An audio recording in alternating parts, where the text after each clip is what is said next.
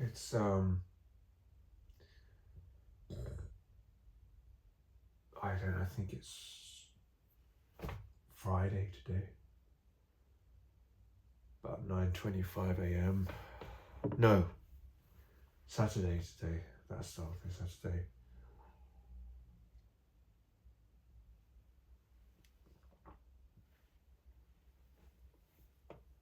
I was thinking of maybe going to taking a walk to Tesco this morning, but I'm not ready to go now, and by the time I go there I'm probably going to catch the rush. I can't face the rush. I kind of like, it's something that like I wish I could. Like I wish it didn't bother me. Like it's just this anxiety around like huge crowds of people. I feel like, and they always kind of like at the checkouts, at the self-checkouts, they always like bug you with kind of cash or card, and it's like I can read what's cash and what's card. I can read the ones that are card only. Like there's a sign above each one that says card only, so I don't even know why they have to do that. It's so annoying, but I mean, I just tend to ignore it really, but then I kind of like feel awkward ignoring it, but I don't really want to respond to such a stupid question. Like, it's got a sign over each one, for God's sake. And they only do that when it's really busy.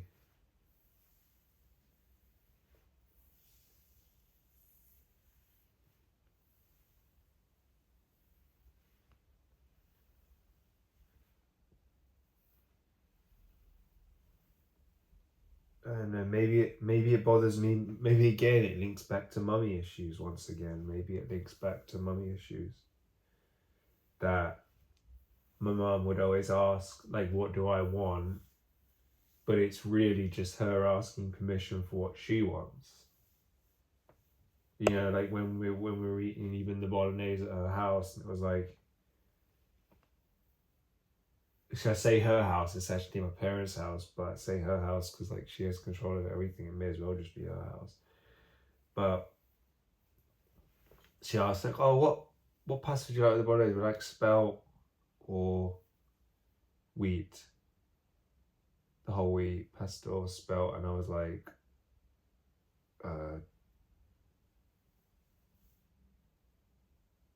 "Do you just have regular white pasta?" And she didn't have regular white pasta.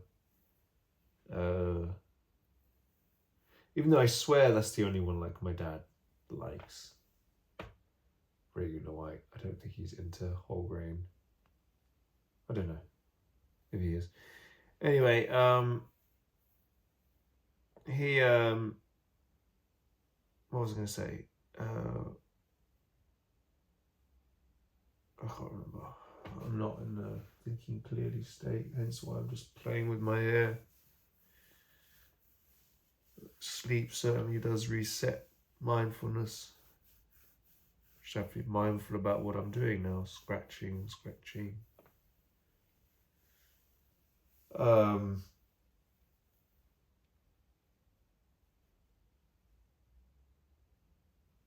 Where was I?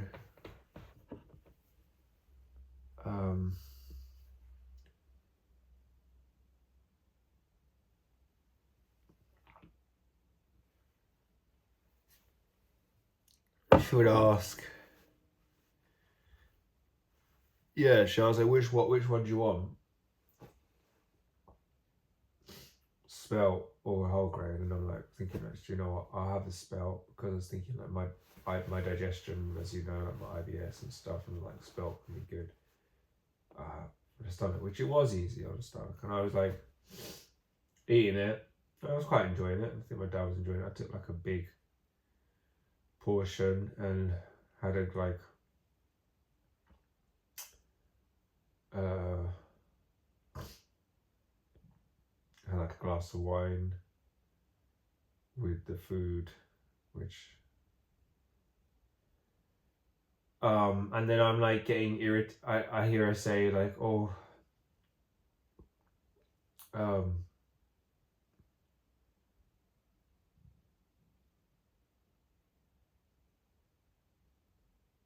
oh, this is as nice as the whole week. I'm like,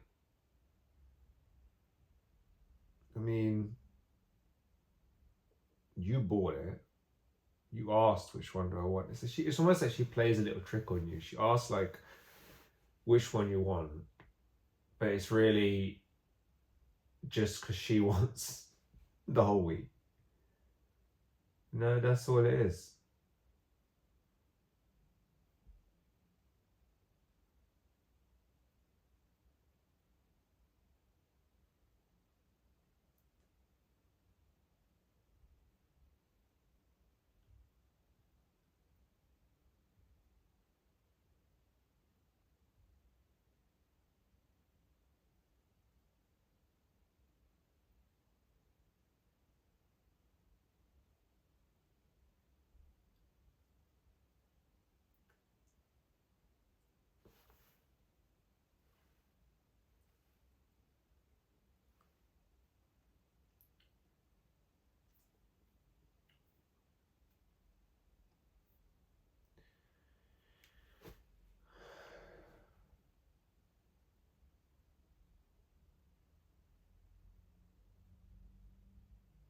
The wine wasn't a good idea. I mean, certainly not recommended. It's not allowed in Buddhist practice to drink alcohol, and I can certainly see why, because one of the I mean, particularly because people drink it for, there's, even though it's probably not the best thing to do all round, it is, as I think Fire used to say to me, and he's right, like, it's how you use it. It may be appropriate not to have it at all, but if you do use it, it is how you use it. And I think one of the reasons why it's easier just to blanket rule across the board, no one use it, is that most people use it badly, including myself.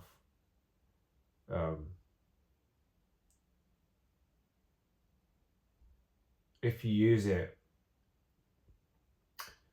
to just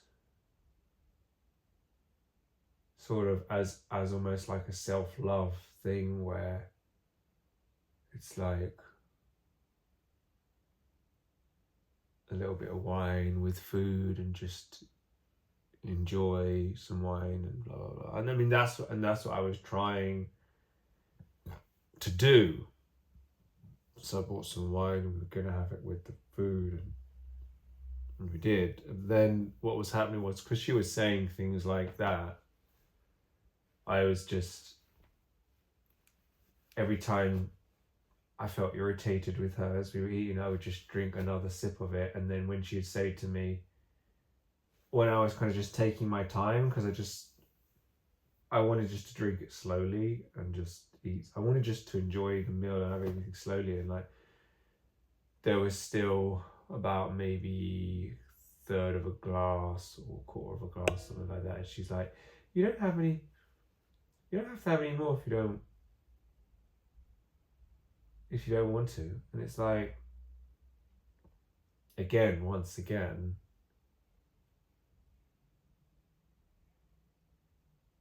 I think she just wanted the rest, you know. there's nothing to stop her from pouring more, unless she was just worried about me. She could have been. She could have been concerned about me drinking alcohol, because then when I had like a nervous kind of thing afterwards, like that day when I was kind of cracking up,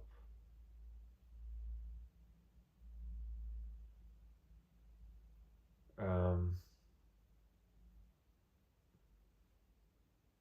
I said I called her, like she said, she mentioned someone she knows that still gets sick psychoses, and they've sometimes been, or a lot of the time, been triggered by alcohol. But she's referring to like an alcohol binge. And I said, how much do they drink? Oh, and they were like, oh, a lot, like gone out on a binge. And I'm like, well, it's sort of like different. There's a difference, a big difference between just one glass of wine, even a largest glass of wine, and you know,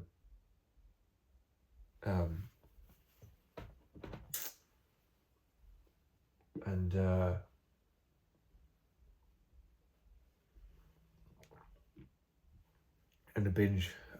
night of binge drinking, or day of binge drinking, or whatever it was that this lady did that triggered a psychosis.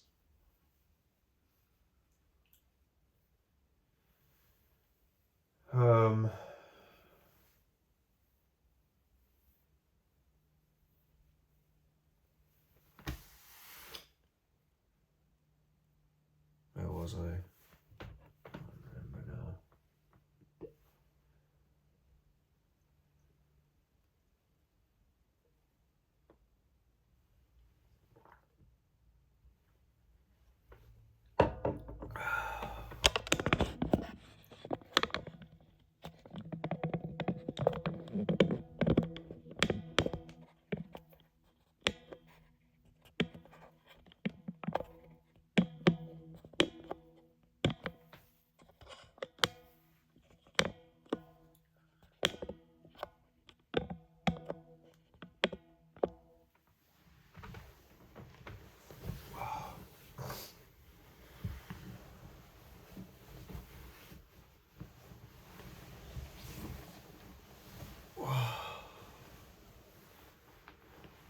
There's just so many wounds, and there's so many heightened sensitivities to things that it's like, where does it end? I suppose it's a lifelong journey, and then I start to realize why certain things bother me. And last night I recorded a video talking about what my wife told me about people in her family calling our twin boys Rocky and Rambo, and I haven't uploaded it yet. And to be honest, I was nervous about uploading it because I didn't know whether she would be comfortable with me uploading. I mean, if she's not, she can always ask me to make it private, but I don't know. I don't know. Maybe it's also about whether I feel comfortable letting her know that it bothers me, because in the past, I suppose with my mother, if I let someone know something's bothering me, it seems like she'll do it more to wind me up. And although my wife isn't going to do that at all, she's not like that. She doesn't want to stress me out. But just the fact that she's told me that information, that they're trying to, like, they keep calling the names and she doesn't like it, these nicknames, because we gave them names that we like. We don't want them to have these nicknames, Rocky and Rambo. And although, like, there's a humorous element to it, it's just, it can get a bit tiring. So it keeps saying it, and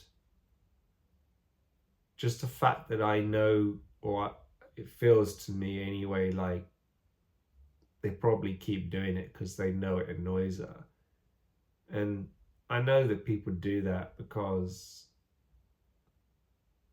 you know, I used to find it more funny when my dad's autistic, and I'm not proud of this, but I used to say, like, kind of like tease him a bit and say things to him like pee pee. Me and my sister used to call him pee pee. And obviously, when someone gets irritated and you see them get angry, that can be funny. But then, it's like I was in my 20s doing that. I'm not saying that excuses it, but these people are like much older. I mean, my wife will be 41 at the end of this month, and she's the youngest. So, they're much. Our siblings are much older than her. She's like, I think, 9 years apart from even the one, the second youngest. I think something like that. But he's not. I don't think he's doing it. I reckon it's more her oldest brother that does it.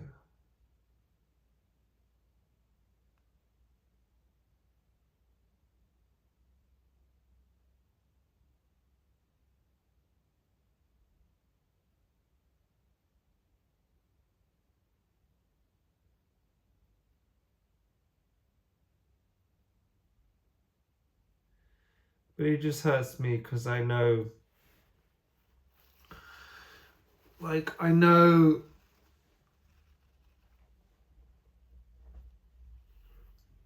my wife just doesn't like confrontation. She doesn't. She lets things build up. She's a bit like me. She doesn't know how to address something when someone is doing something wrong to her.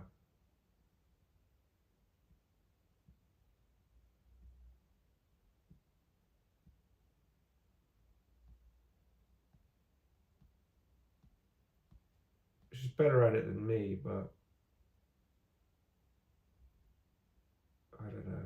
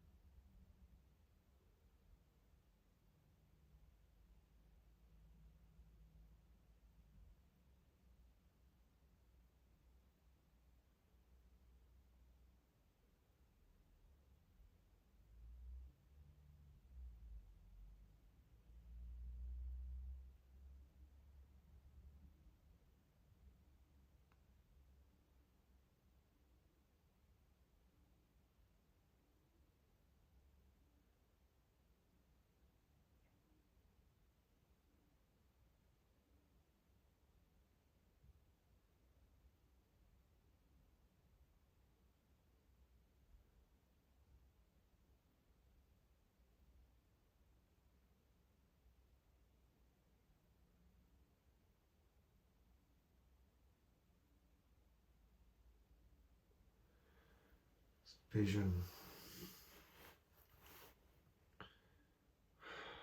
I'm debating whether to go just to pop over to Tesco and I just can't face. I just can't face it. I can't. Maybe I will when my anxiety goes a bit. It's just.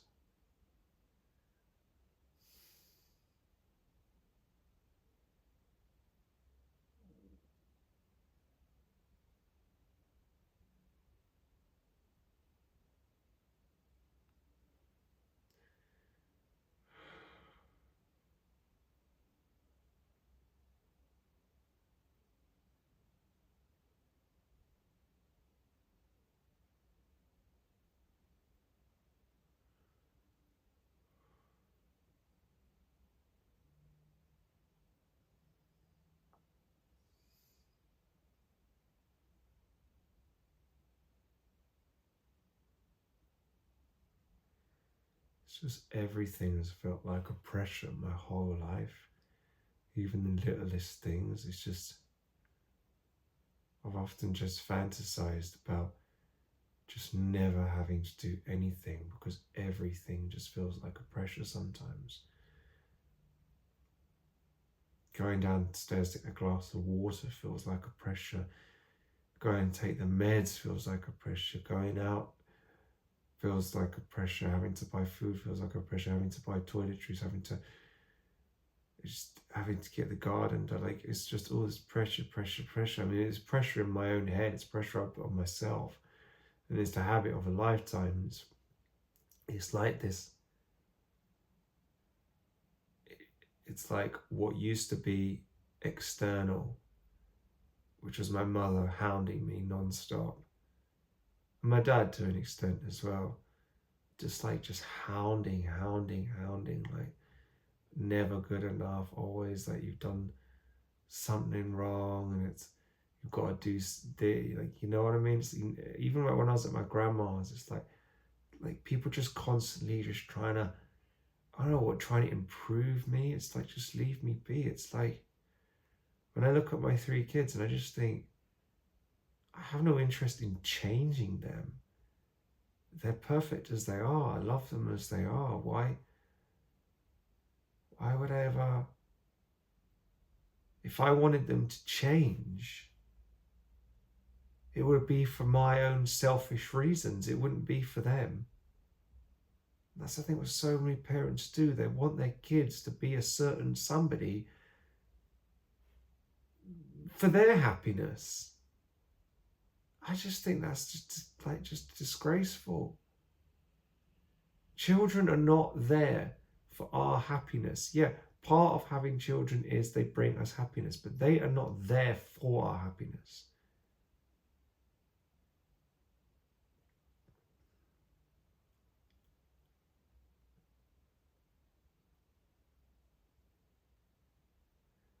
It's not fair to use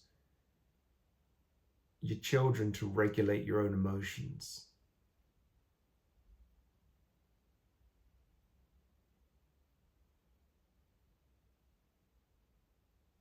Truth is, if you can't be happy by yourself, you can't truly be happy with anyone else. And if you are, then it's just, again, you're using that person to regulate your emotions.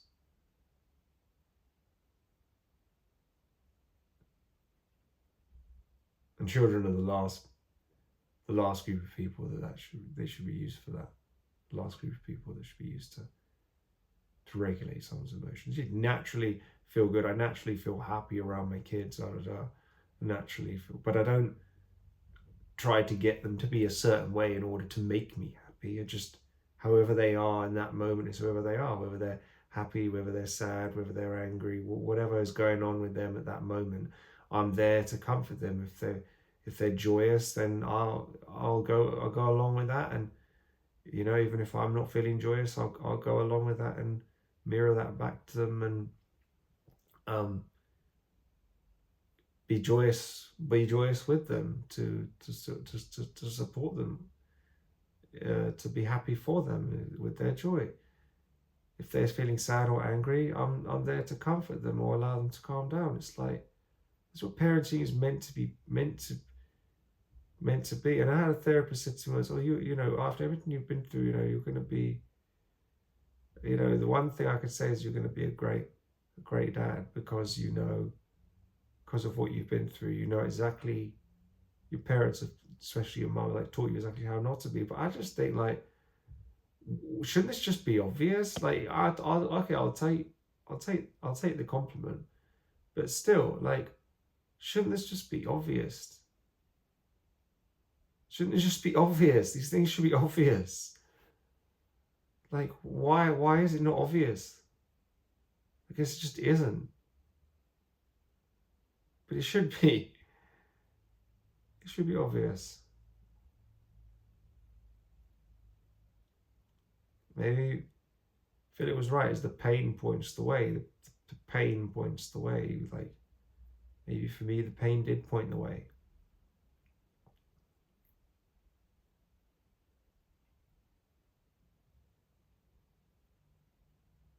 Maybe up until the recent, a few months ago, until the recent kind of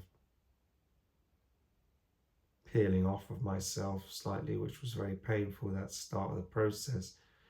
Maybe until then, maybe I was starting to repeat the same bad habits that my parents taught me. Maybe I was playing indoor football with the twins and kicking the softball, and then one of them was very good at grasping it, and I was trying to get the other one to engage in the same way and to kick it back. And you know,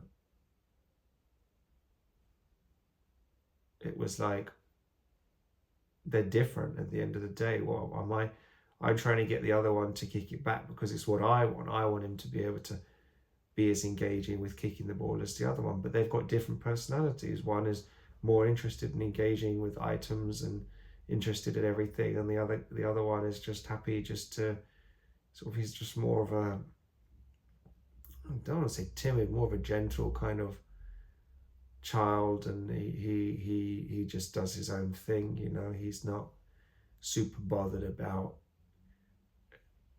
he will engage, but like kind of sporadically he'll go and kind of make a little noise and go woo, doo, doo, doo, doo, and then he'll wander off, and then he'll come back, and then he'll, yeah, he's not he doesn't make a fuss. He doesn't, he's funny, you know. He does, really just sweet, and they're all different personalities, you know what I mean? Maybe I was, you know, I was really trying to get him to kick the ball back, and you know, I said to my wife, I said, you know, they're not being, you know, I was just repeating being like my mum, or they're not having enough engagement because he, like, you know, he taught him how to do it and the other one can't do it, or something. I don't know, something like that. Or I was more just using it, you know, as a sort of a reason, no, we should stay in the new house rather than you go back there because, you know, I'm teaching them how to, you know, engage. But you know,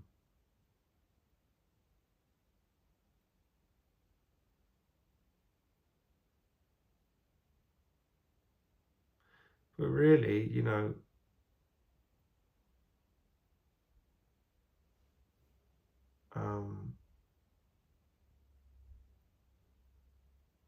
I'm just thinking, I guess, about what I want. That I want to spend more time with my kids, spend more time with our kids. But at the end of the day, they're happy with my wife and her family. It's not something I've used to with my culture. We're normally from mother, father, children live together, parents don't live.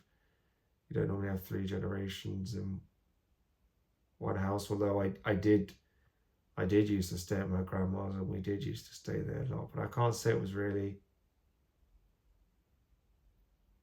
a good thing. But then maybe it was a good thing in some ways, because it allowed me to get away from, at least I had some peace away from my mother, where I was able to, like, at least when I needed to focus on my driving test, when I was really nervous about it, like, my grandma supported me with that and didn't pressure me. She just said, look, it takes however long it takes, just keep going, keep pushing forward. And I got there despite the anxiety. And the final time I took the test, I had an examiner who was just really calm and laid back and kind about it. He didn't try to catch me out, and he just allowed me to take the test and said, yeah, you good, you passed. And I was like, I'm just reaching over and just hugging him.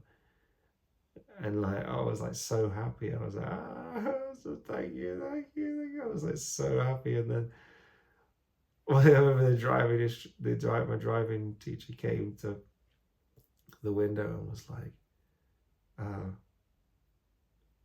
came to the window and was like,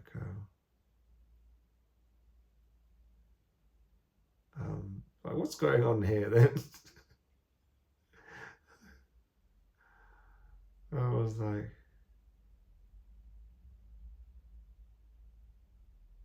it's like, I don't think being able to drive is going to change your life that much. It was just a relief to get it over with, you know.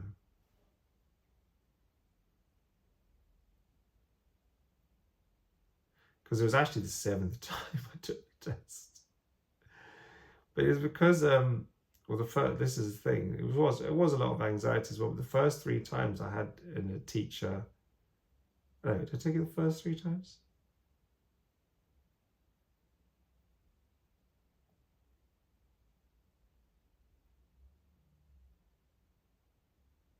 No, the first.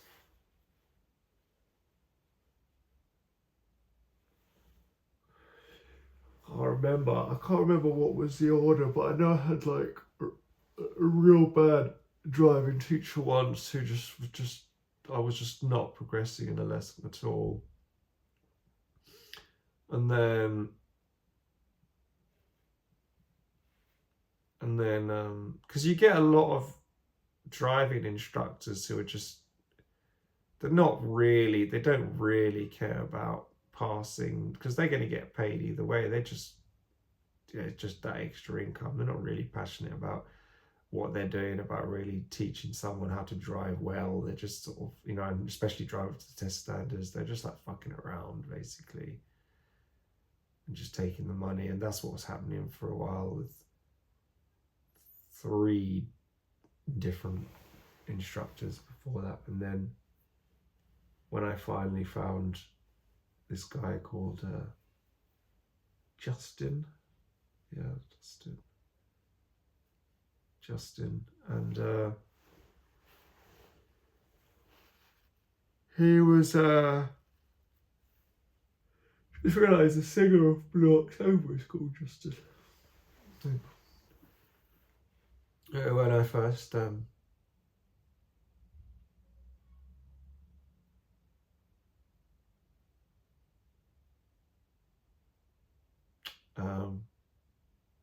when I wanted to start learning with him, then it was the 3rd time with him. So 4 times with other nonsense. So 3 times.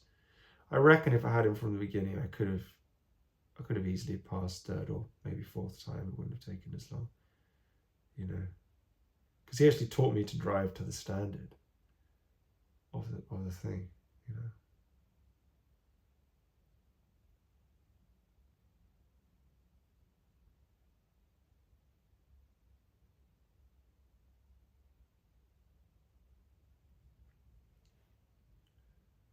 Yeah.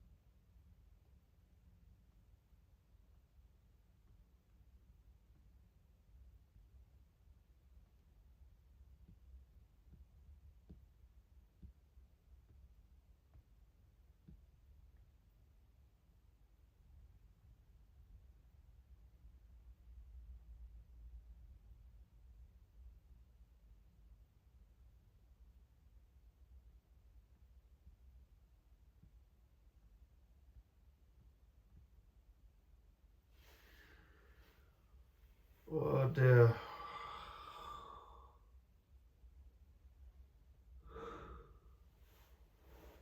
Oh.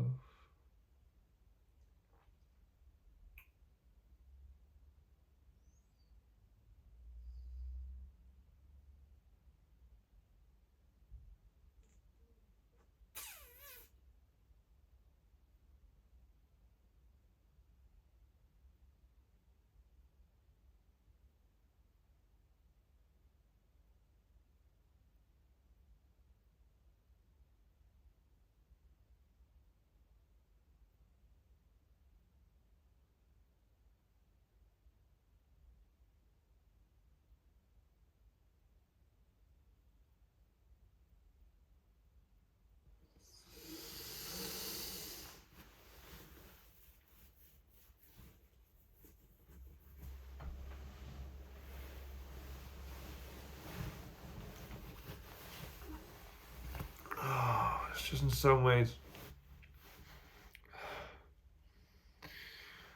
I just lost my confidence, maybe. In some ways, just lost confidence. Just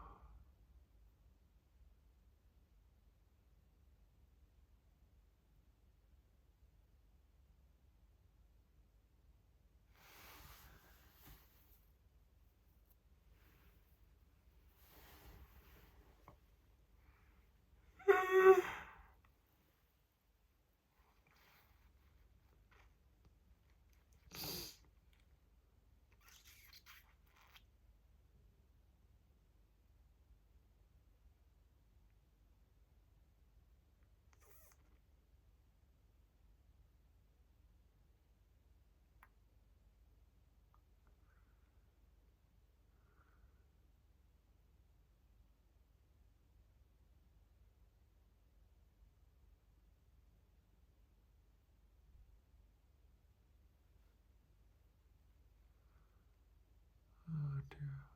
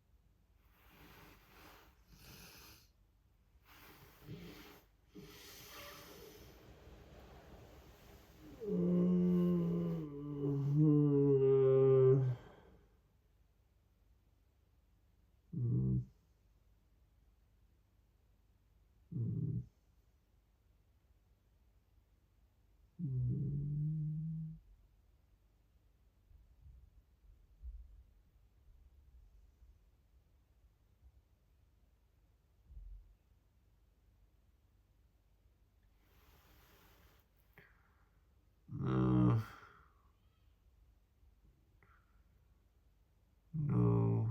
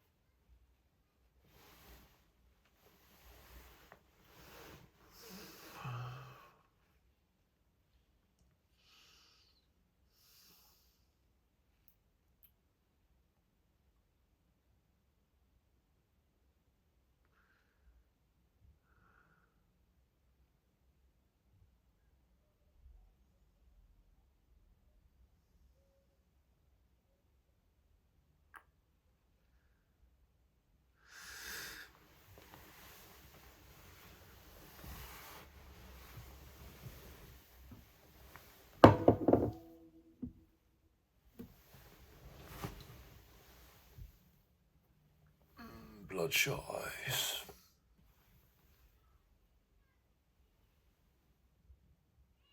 Slightly bloodshot.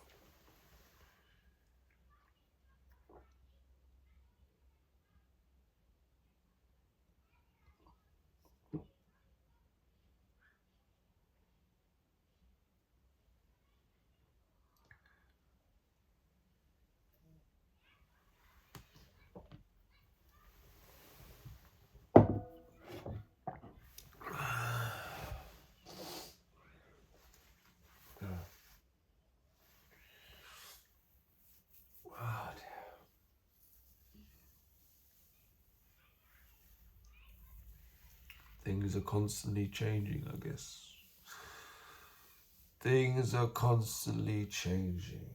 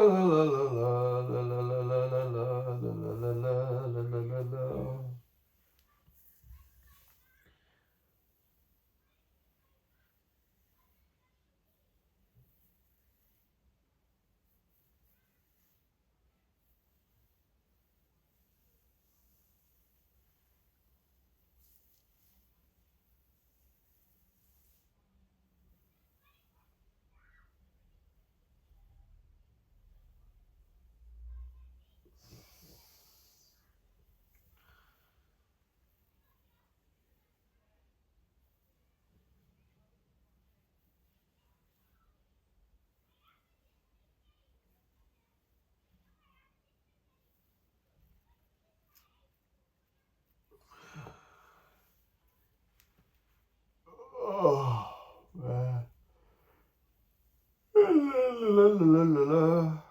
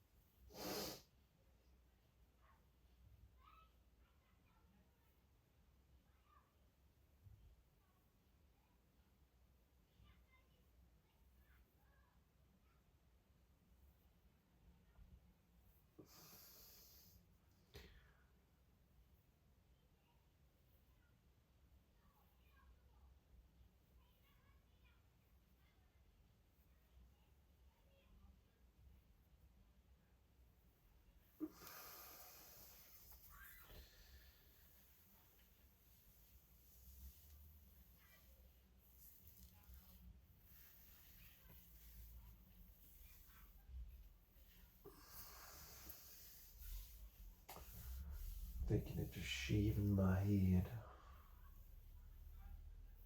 Shaving my head. La di di di da. La di di da di di da.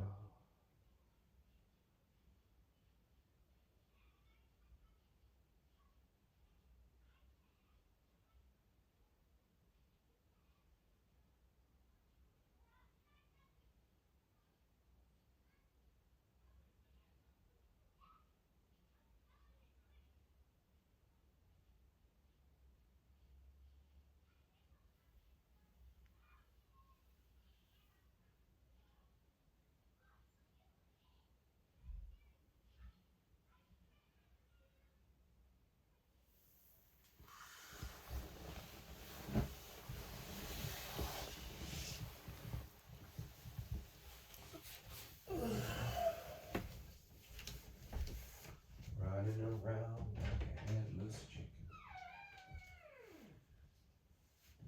Running around like a headless chicken.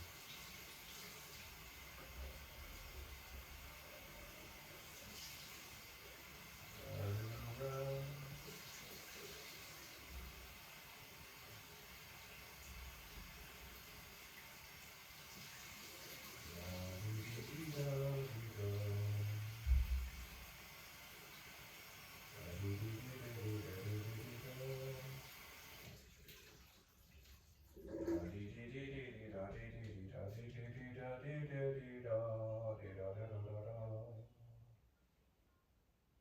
La di di di da di di di da di di di da. What's it all about? What's it all about? What's it all about? What's it all about? What's it all about? What's it all about? What's it all about? What's it all about? What's it all about? What's it all about? What's it all about? What's it all about? Oh, what's it all about? What's it all about? What's it all about? What's it all about? Oh, what's it all about? What's it all about? All about? What's it all about? What's it all about? What's it all about? What's it all about? What's it all about? What's it all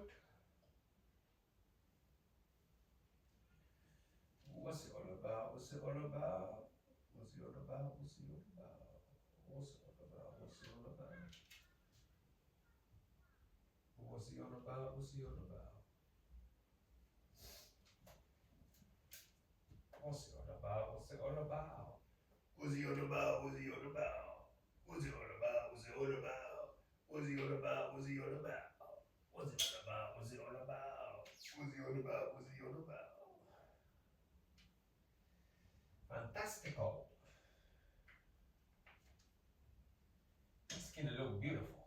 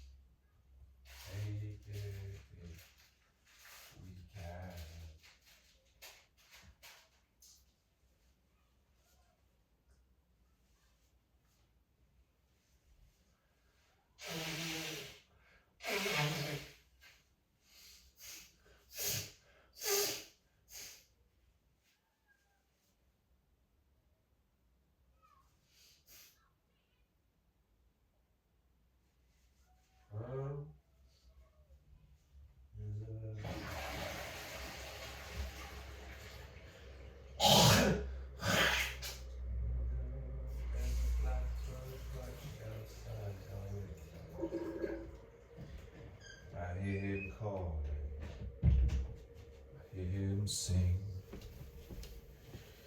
He burns me with his eyes from gold to amber. He sees all my sins, he reads my soul. On that day, God spoke to me, like Martin Luther, like Paradise. Come join the come find with the light. We'll give you freedom from the human trap. Come join the soar on like wings. You'll touch the hand of God. He'll make you king. He'll make you king.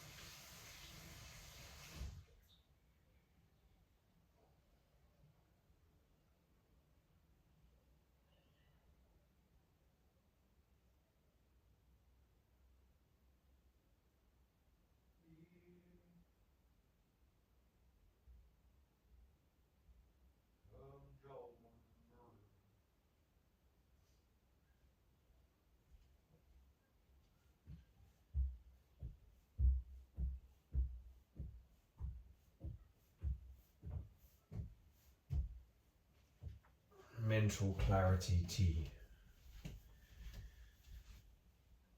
Brew that for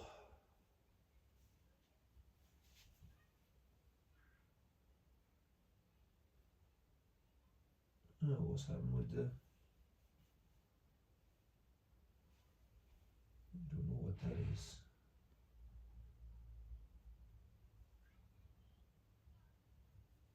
Oh, it's just dirt.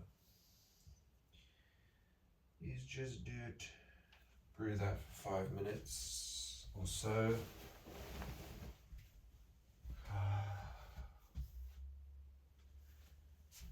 I don't know, maybe it's not even a big deal. The rush. The rush of it. The rush. That's the thing. There is no self that's in control. Even the self that wants to meditate is still a self.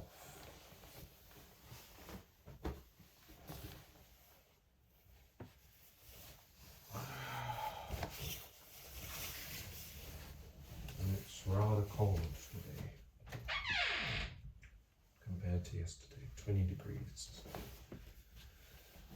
20 degrees, that's why they call me Mr. Fry an egg on your face. I wanna fry an egg on your face today. Don't stop Silas now. He's having such a good time. He's having a ball.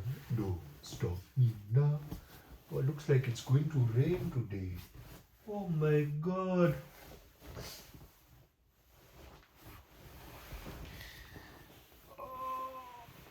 If it rains, let the rain fall down. When the earth moves, I feel the sun in the sky when I'm around you. Oh, baby. One of them sang Mark McGrath of the Heartaches. You're bigger than I thought you were. You're funnier than I thought you were.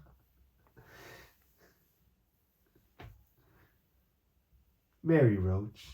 But if I become famous, I'm going to change it to Mary Gilbo. That woman, you can see, it was an actor. She's an actress. That wasn't real.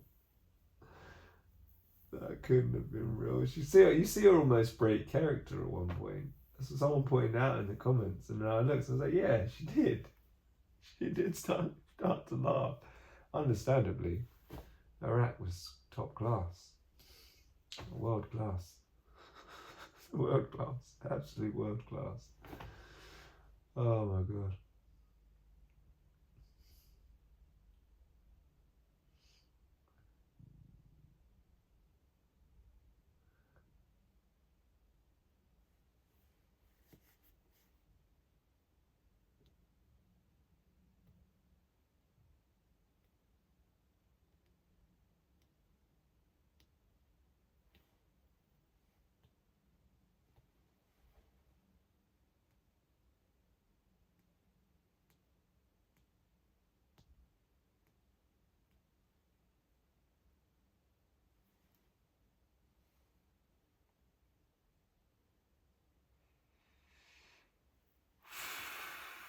Man. That brew. Let it brew, let it brew, let it brew.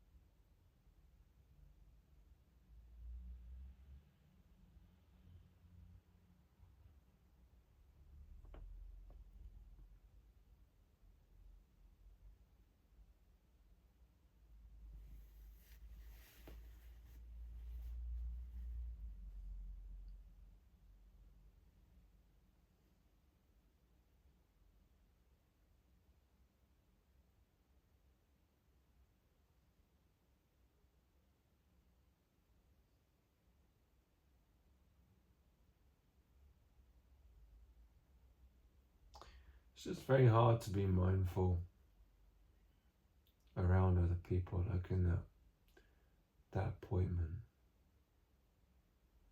Especially when people catch me off guard and I jump. I'm just sort of there, trying to be present in the moment, just notice how I feel, notice the feelings in my hand, notice the tension I'm feeling in that environment.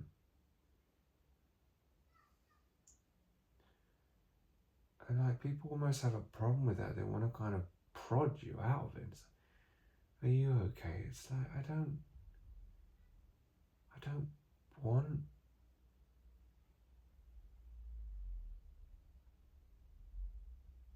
And it's like, why do I even say yeah when I'm not? Why do I say yeah, I'm okay when I'm not? I think I know why I say I'm okay when I'm not. Because I still remember my mum saying, no one wants to be around a bloody misery. And then if my sister wasn't happy about something, she'd go, you bloody whinge bag, is what you are, whinge, bloody whinge, that's all you do. But now looking back on it, like any child, she just wanted an actual proper mother, a decent mum who actually was caring and loving and gave her attention rather than just screamed at her. Same as what I wanted, you know. And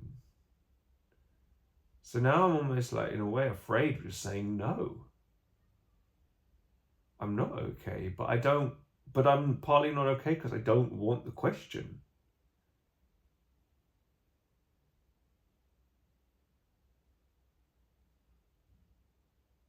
And it wouldn't be appropriate to say, oh yeah, great. Oh yeah, I'm doing great. You know, we're at an appointment for our son's burns, scarring. Yeah, okay, I'm great. Like, then that would just be lying and just. So what do I say? Like, what would the real Mark say when a woman that he's just met turns to him and say, are you okay?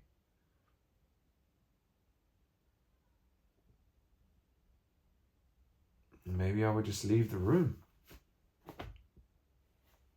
at that stage. Go. But then I left my wife by herself in an appointment.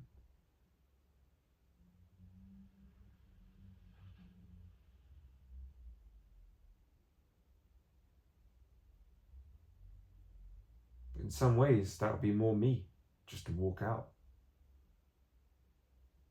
You know?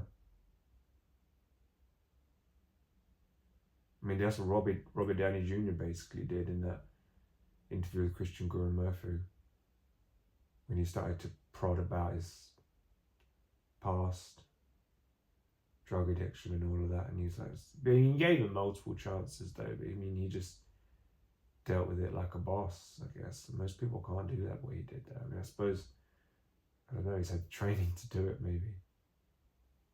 Martial arts, meditation, something he's got that allows him to hold his own. And I just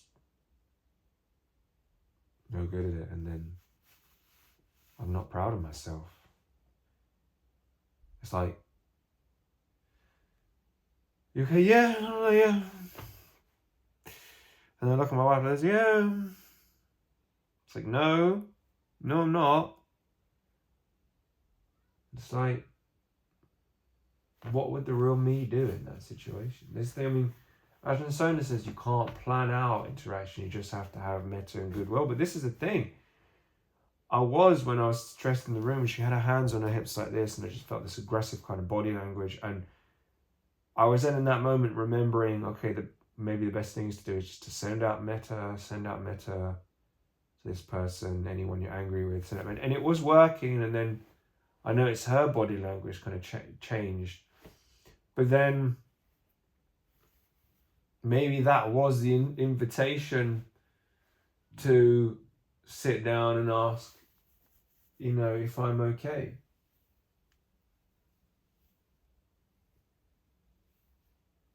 Maybe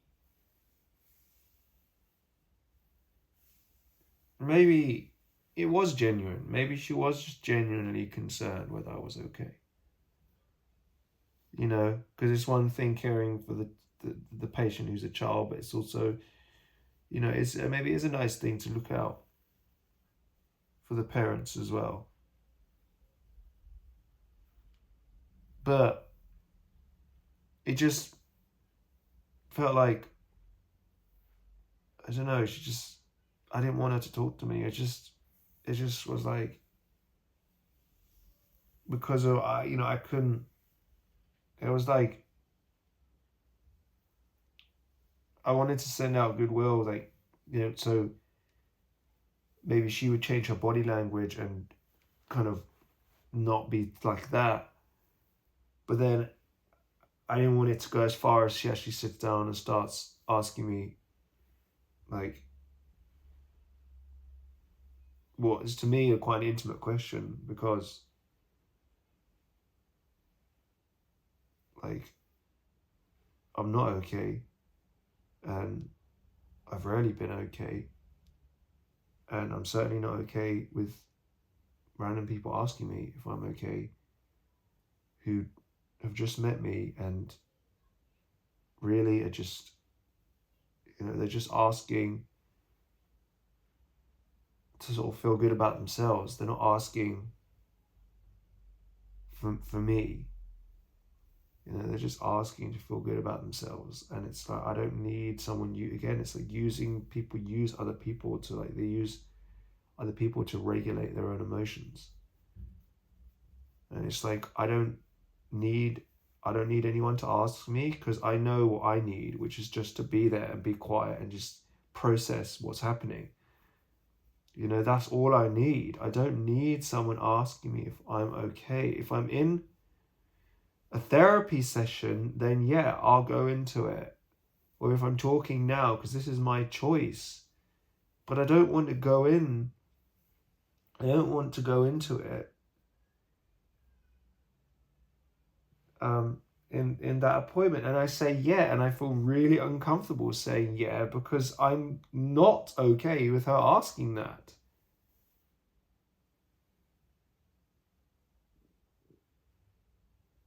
And why can't I just say, you know, I'm not? Why can't I learn finally to protect myself? Like, you know, I'm not really comfortable with you asking me that. This is not my appointment. This is my son's appointment. This is our son's appointment. So I'm not really comfortable with you asking whether I'm okay. You know, it feels rather intrusive to me for you to ask that.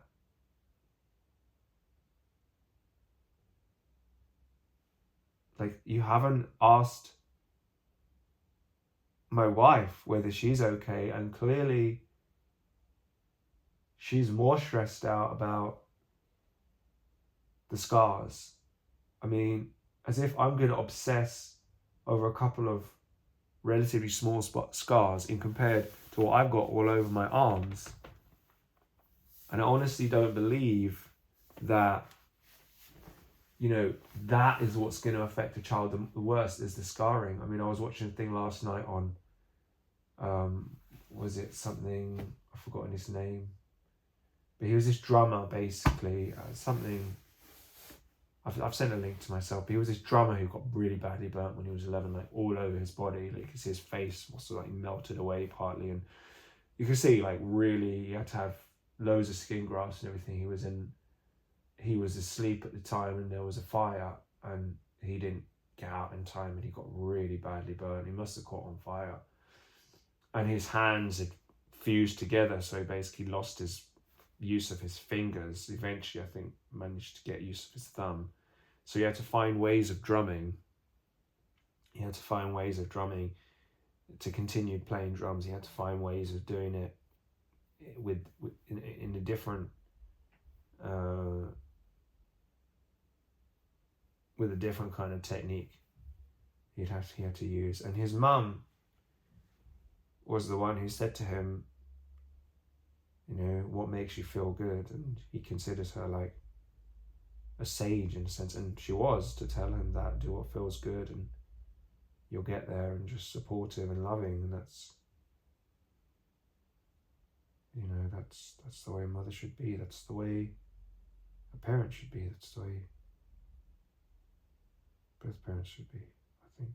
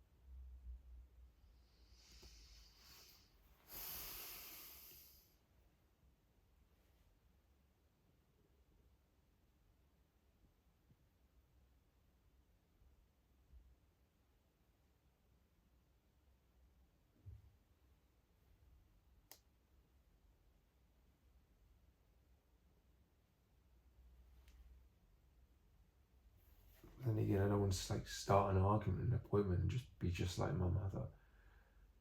You know, that's what she would do. She would start some big fucking argument, and then what do? They take it out on the kid. You know, that's what some people do. Teachers, nurses, whatever. Like, maybe not always consciously, but they're pissed off at the parent and they can't address it. That's probably what they do. I've seen that happen. It happened with my sister in her ballet lessons. It happened with me at school. They give the kid shit if they don't like the parent. Consciously or unconsciously, that's what they do.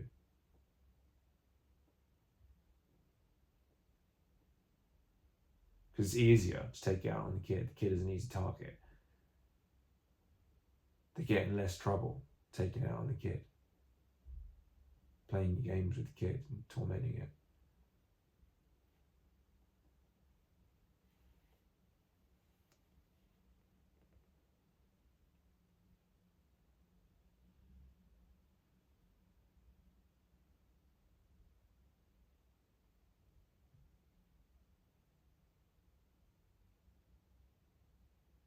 Oh, my tea's ready. It's been there 15 minutes. Fuck.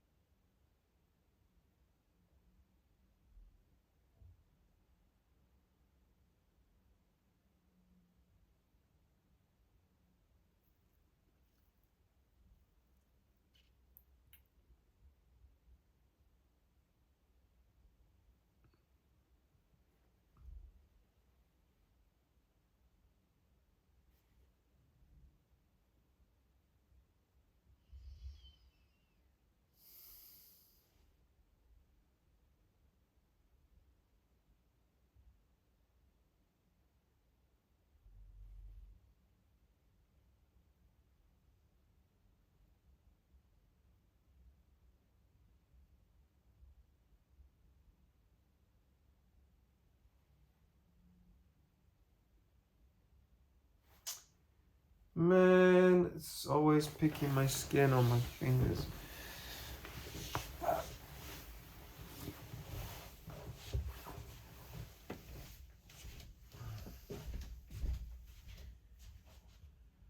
This is gonna be hot, hot, hot. I don't think it'll be that hot. But it'll be nice. Mental clarity tea.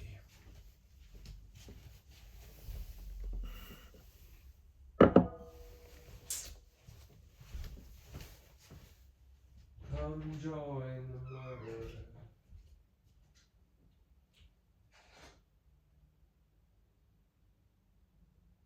fly with black.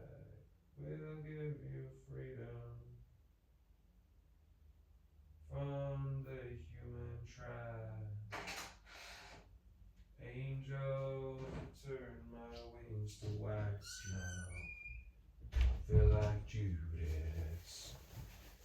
Betrayal's cost.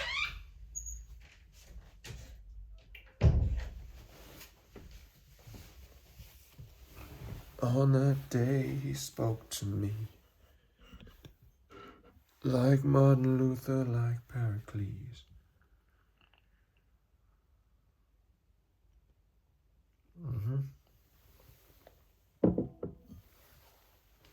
Mental clarity tea. Let's see if it gives me any mental clarity.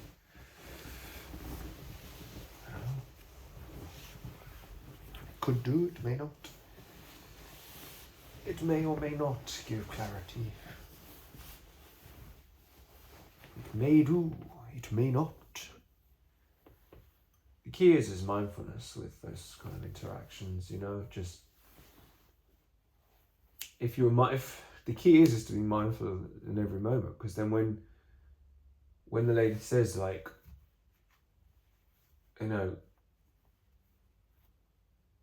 if you catch it early, it's just hearing. And I've tried that before, tried just to catch it early. In a way, it's good training. It's okay. That's told me that I'm nowhere near mindful. Like, I'm nowhere near there yet, because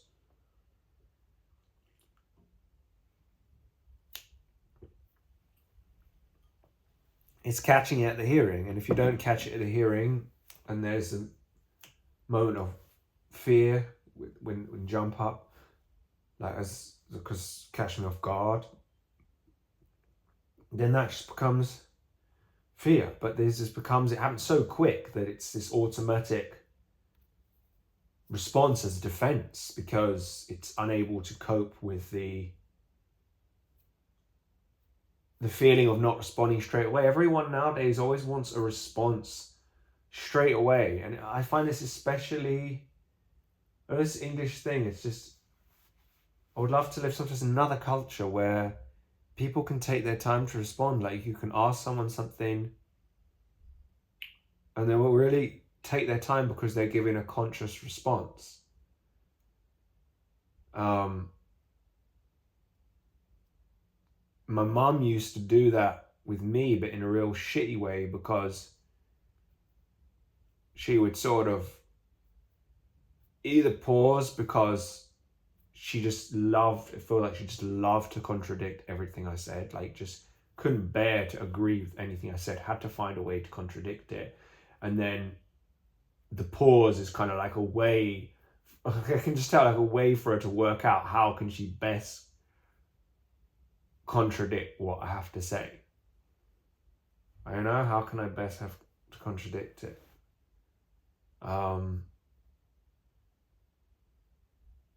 It never became a more conscious response in any way when she said, I'm thinking. So now it's like, I can't do that. I don't want to do that, you know, but at the same time, I want to be able to be me.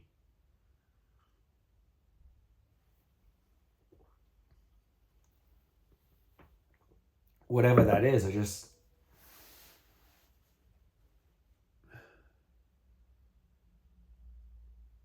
because otherwise, like, it's sort of like I'm like a puppet on a string all the time, and I'm just tired of being a puppet on a string.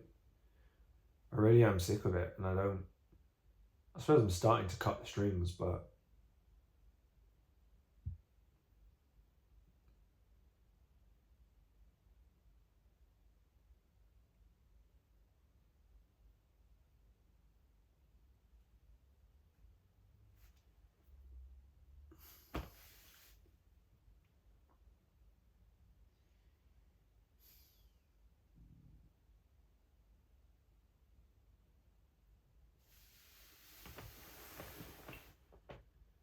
feelings are just too intense sometimes to cope with.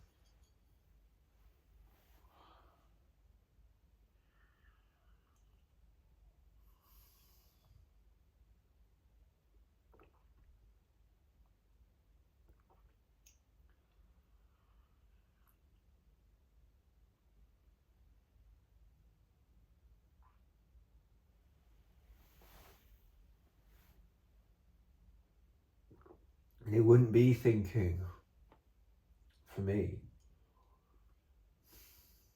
I do think a lot, but if someone asks if I'm okay,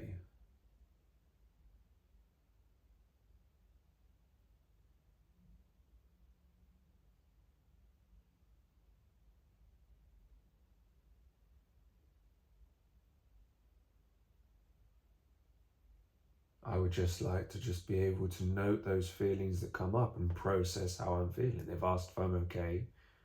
Let's process the emotions after they've asked that. But everyone wants a response instantly. But it's true what Yuta Danu says. Society, how someone asked the question once, how do you cope with sort of just generally a very mindless, impulsive society that demands so much, especially on a social level? And he actually says true. Society demands very little. They expect a lot. And there's the key. There's the key to the door. They don't demand it. If you're in prison, there are going to be demands. Or you're not a mental hospital, they sort of hound you, bash outside your door, breakfast time, but shine the fucking torch in your face. Remember that. Or they're saying just to check everyone's there. It's like, well, you have to do it on like someone's face, for fuck's sake. Just shine the torch somewhere else. Why does it have to be on their bloody face?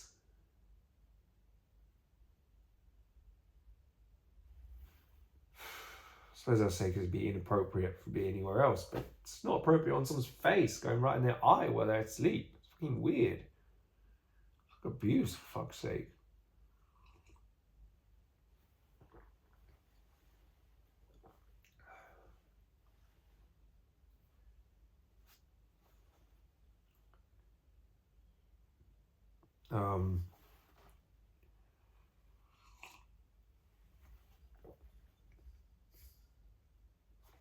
Yeah, they expect it.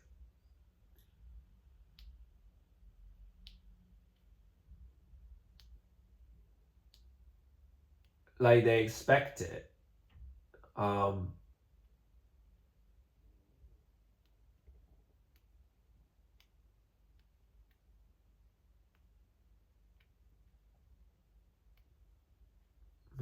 They expect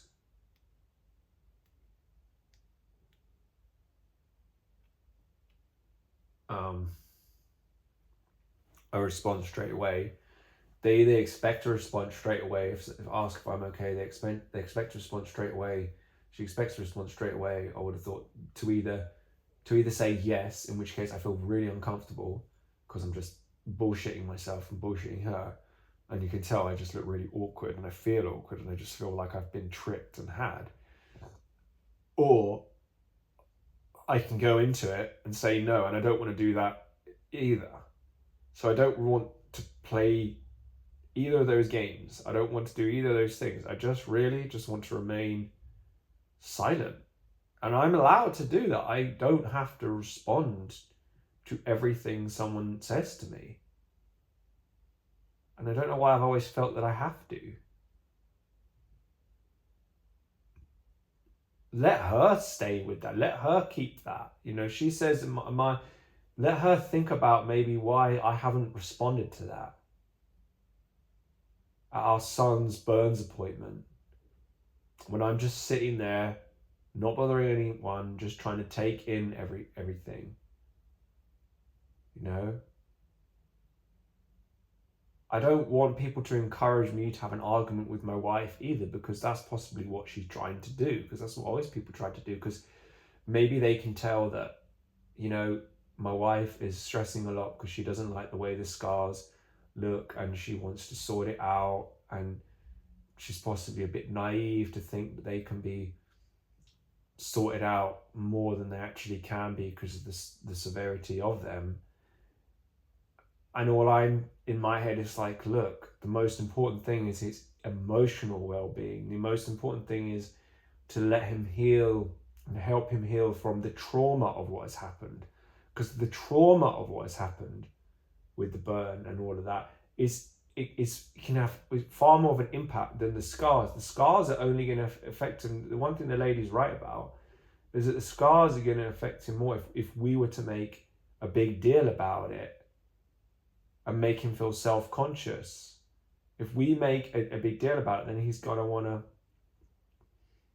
fight against it. And then if other kids say something, it's going to be even more hurtful because it's going to reinforce what if we fuss about it and then they bully him. It's like a double hit because child has already had that shit at home and now it's getting it at school.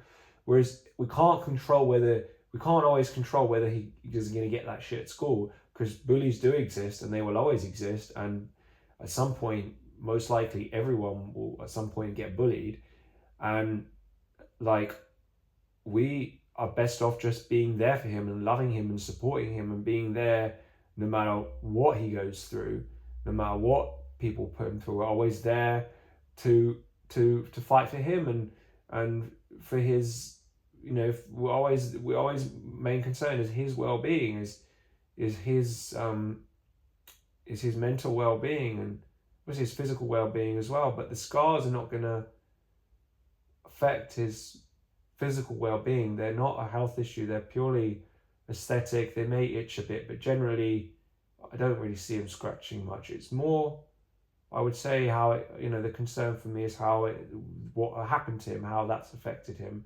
And yeah, it will also affect him to some degree or another when he sees the scars. But at some point we will tell him, I would have thought, there's no point lying to him. We would say, unfortunately, the people weren't quick enough. I don't want to lie to him. I'm not going to lie. I don't know what my wife thinks, but he grabbed it and it reassured him that it wasn't your fault. You were just a child exploring. But we as adults were not quick enough. And you were quick, and that's a positive, that you were curious and wanted to explore and experiment with things. And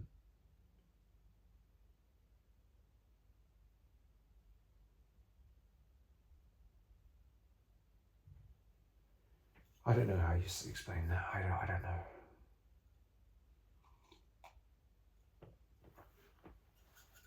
And you can't always plan everything out. Adrian Soder's right. You can't plan out. Mindfulness naturally shows you what to do. You see, I'm ruminating over the past. I'm worrying about the future. So when am I ever in the present?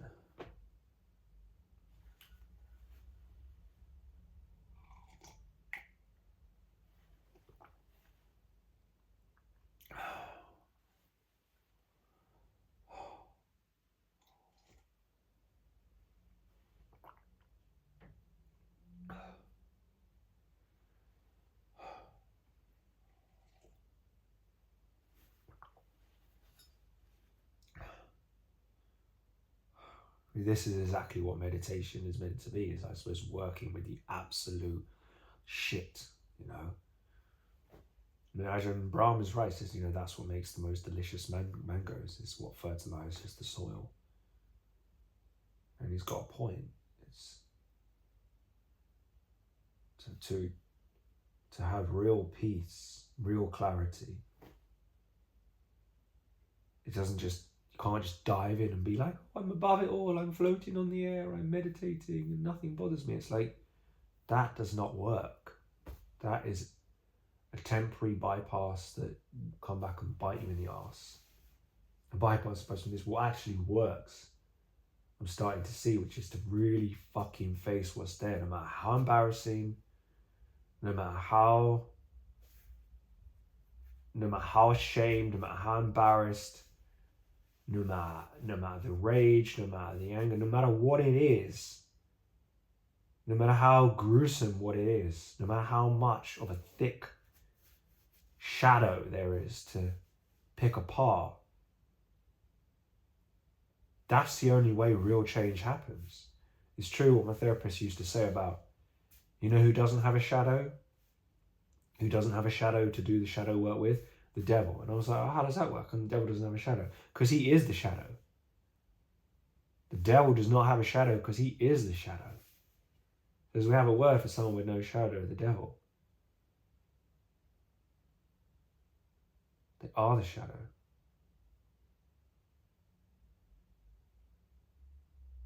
There's also, they called it the golden shadow. People have the golden shadow and the dark shadow.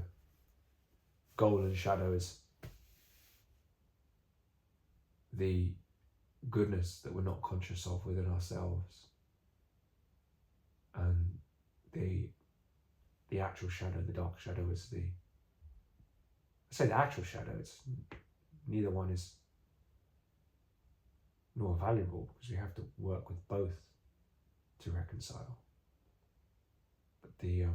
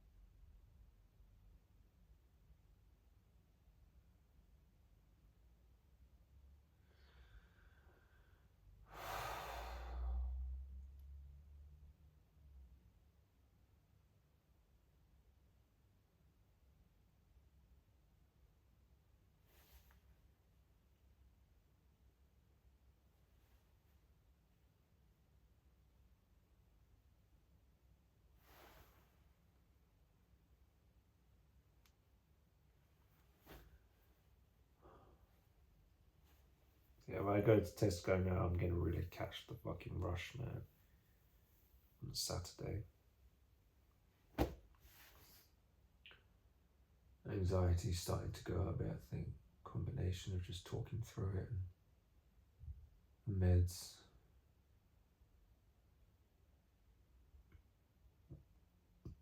Again, it's like anything. It's how you use it. It's a drug. Fluoxetine is a drug. And it's how it's used. You can use it to just be like, I'm going to do anything because I'm not anxious. That's what I used to do. But then you just build up a stupid life for yourself. It's just not conducive to peace. You're just sort of using it to kind of fire up and blah, blah, blah. And let's do this, let's do that. And it's like, just become really a bit, I don't know, just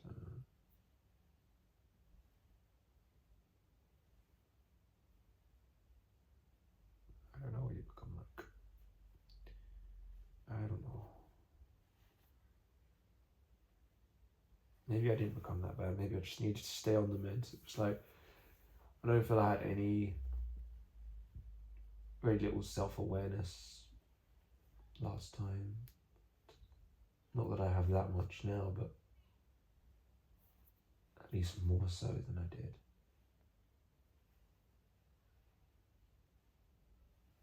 Although people told me I did have self-awareness, but I'm not sure that they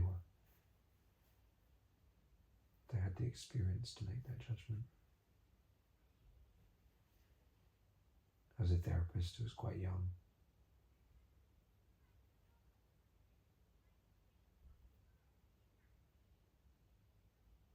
Inexperienced.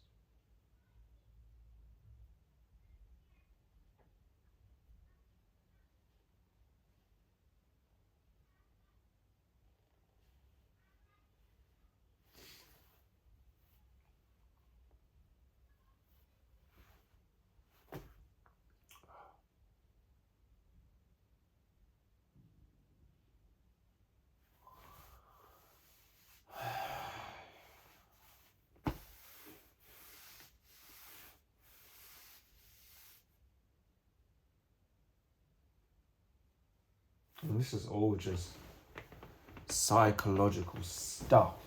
You know, that's what it is. It's psychological stuff. I mean, if you can't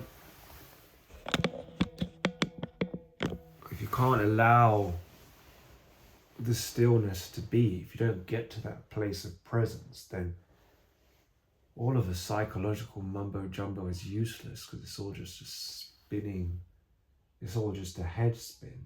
That's what I was saying before about how going through that for years is kind of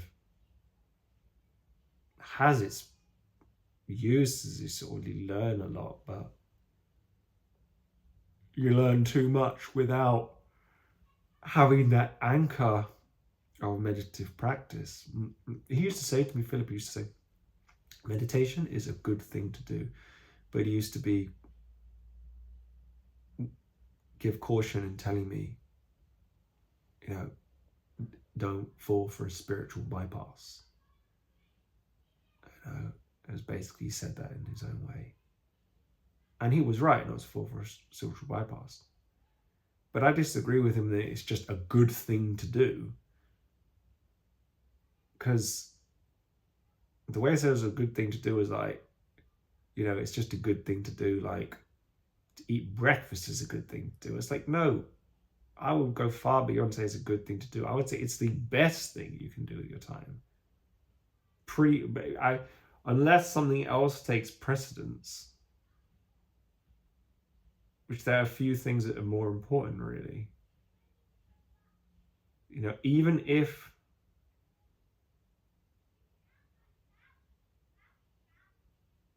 you know, whatever you're doing, talking to someone, the conversation is going to go far better if you're mindful.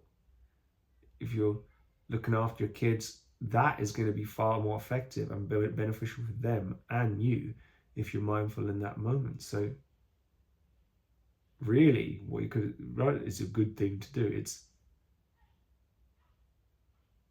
a good thing to do all the time,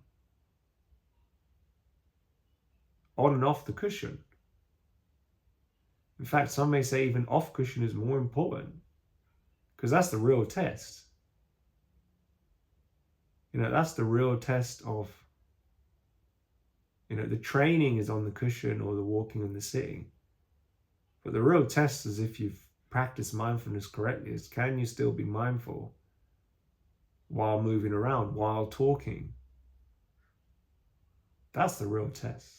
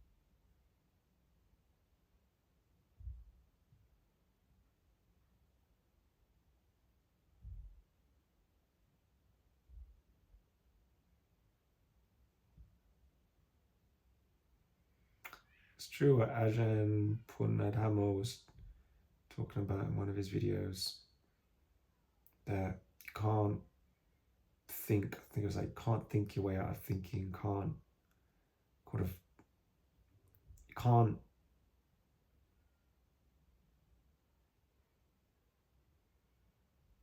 can't, if the mind is kind of stuck in past and future, going round and round in kind of loops, you can't think your way out of it, or ruminate your way out of it, or rationalize. That was the word. You can't rationalize your way out of it, because the mind will rationalize one way. It's in a sense, the mind will just argue with itself. You've got different parts of the mind. You've got, like, different ways of thinking. You've got wise mind, I guess. If people just say wise mind says this, anxious mind, worried mind says this, that, and the other. And I don't know how helpful that was to listen to. This was a free audiobook on Audible, and it's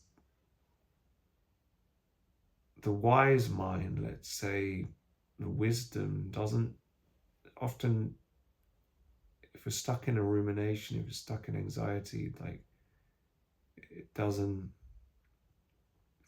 that doesn't sort of come up. It's not available.